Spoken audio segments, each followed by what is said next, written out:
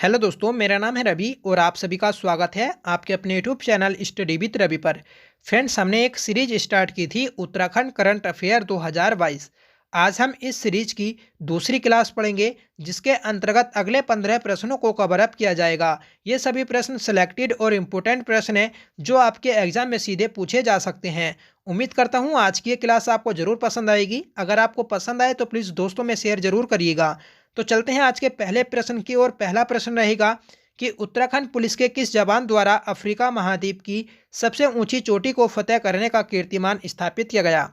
Right answer है option A, Rajendra Nath. Rajendra Nath के द्वारा अफ्रीका महाद्वीप की सबसे ऊंची चोटी किलिमंजारो, जो कि एक ज्वालामुखी पर्वत है, इसे फतेह किया गया। अगला प्रश्न है कि गुलदार के दगड़िया अभियान की शुरुआत किसके द्वारा की गई। सही आंसर है ऑप्शन सी, पिथौरागढ़ वन विभाग के द्वारा। पिथौरागढ़ वन विभाग के द्वारा दोस्तों गुलदार के दगड़िया अभियान चलाया गया। इस अभियान का मुख्य उद्देश्य है दोस्तों मानव व वन्य जीव के बीच संघर्ष को रोकना। आपने देखा होगा कि शहरों की संख्या और गांवों की संख्या बढ़ती जा रही है, जिस कारण जंगल खत्म होते जा रहे हैं। ठीक है, उसी कारण दोस्तों जो जंगलों में रहने वाले वन्य जीव हैं तो वह शहरों की ओर रुख करते हैं और शहरों में आकर दोस्तों मानव और जंगली जीवों के बीच संघर्ष होता है। इसी संघर्ष को कम करने के लिए इस अभियान को शुरू किया गया। अगला प्रश्न है कि उत्तराखंड राज्य को अंतर्राष्ट्रीय स्तर पर पदक दिलाने वाली पहली महिला बॉक्सर कौन है। राइट आंसर है ऑप्शन डी, प्रियंका चौधरी। प्रियंका चौधरी के द्वारा उत्तराखंड राज्य को अंतर्राष्ट्रीय स्तर पर बॉक्सिंग के क्षेत्र में पहला पदक दिलाया गया। फ्रेंड्स, प्रियंका चौधरी का जो संबंध है तो वह उधम सिंह नगर के काशीपुर शहर से है। अगला प्रश्न है कि किस आईआईटी के द्वारा गंगा पुनरुद्धार पुरस्कार 2021 से राजीव रंजन मिश्रा को सम्मानित किया गया। सही आंसर है option B, IIT Roorkee. IIT Roorkee के द्वारा दोस्तों राजीव रंजन मिश्रा को गंगा पुनरुद्धार पुरस्कार 2021 से सम्मानित किया गया। फ्रेंड्स, राजीव रंजन मिश्रा जो हैं तो यह है राष्ट्रीय गंगा स्वच्छता अभियान के पूर्व अध्यक्ष रह चुके हैं, इसी कारण इन्हें यह पुरस्कार दिया गया। अगला प्रश्न है कि भारतीय पर्वतारोही फाउंडेशन की पहली महिला अध्यक्ष किसे नियुक्त किया गया। इंपॉर्टेंट क्वेश्चन है दोस्तों। ठीक है, याद रखिएगा कि भारतीय पर्वतारोही फाउंडेशन की पहली महिला अध्यक्ष बनाई गई हैं हर्षवंती बिष्ट।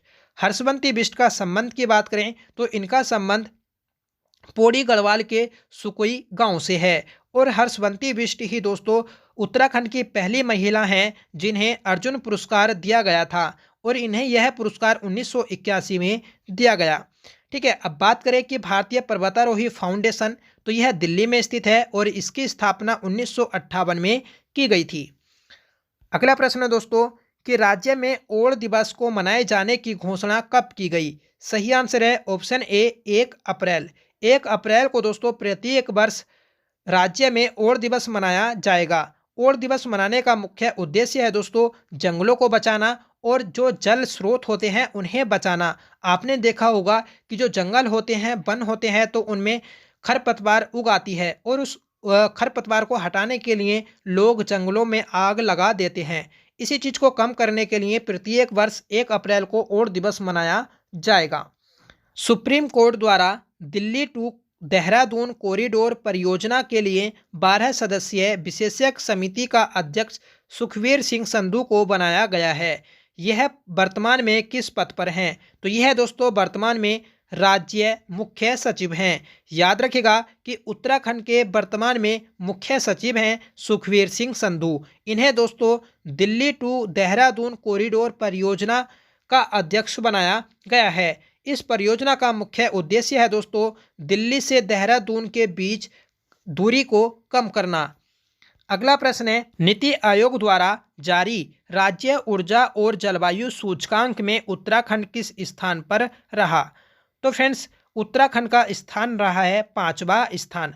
इंपॉर्टेंट क्वेश्चन है, याद रखिएगा कि नीति आयोग द्वारा एक रिपोर्ट जारी की गई जिसमें उत्तराखंड राज्य ऊर्जा और जलवायु सूचकांक में 5वें स्थान पर रहा है। बात करते हैं नीति आयोग। नीति आयोग को दोस्तों थिंक टैंक के नाम से भी जानते हैं, जिसकी स्थापना 1 जनवरी 2015 में की गई थी। ठीक है, और इसके पहले अध्यक्ष रहे दोस्तों नरेंद्र सिंह मोदी। बात करें वर्तमान में, तो वर्तमान में भी दोस्तों नरेंद्र सिंह मोदी इसके अध्यक्ष हैं। और फ्रेंड्स इसके जो उपाध्यक्ष हैं तो वह सुमन वैरी हैं। इसके सीईओ की बात करें तो परमेश्वरन अय्यर इसके वर्तमान में सीईओ हैं।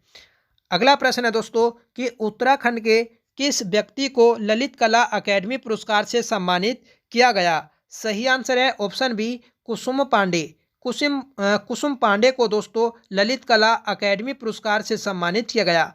कुसुम पांडे की बात करें तो यह हल्द्वानी शहर की रहने वाली हैं। इन्हें यह पुरस्कार दोस्तों छापा कला में उत्कृष्ट योगदान हेतु दिया गया है। और फ्रेंड्स इस पुरस्कार के रूप में 25,000 की धनराशि भी दी जाती है।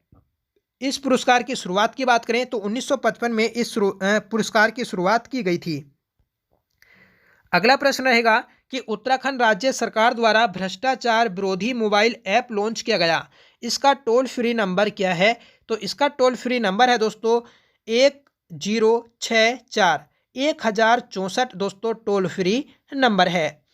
अगला प्रश्न है कि राज्य की पहली लेपर्ड बेबी केयर नर्सरी बनाने की घोषणा कहाँ की गई?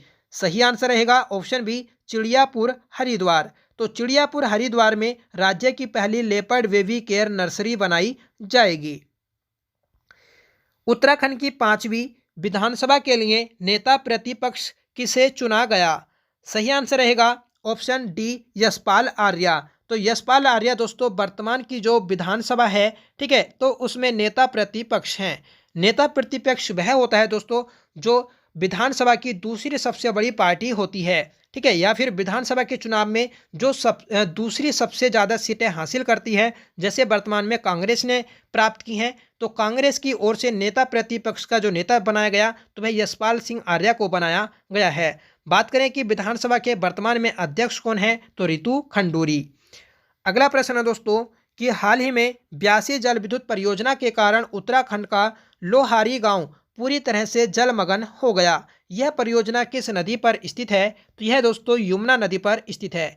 याद रखेगा कि ब्यासी जल विद्युत परियोजना जो देहरादून में स्थित है, तो यह लखवाड़ बांध के नीचे बनाई गई परियोजना है। यह यमुना नदी पर स्थित है, ठीक है। और ब्यासी जल विद्युत परियोजना की जो कुल उत्पादन क्षमता है तो वह 120 मेगावाट विद्युत है।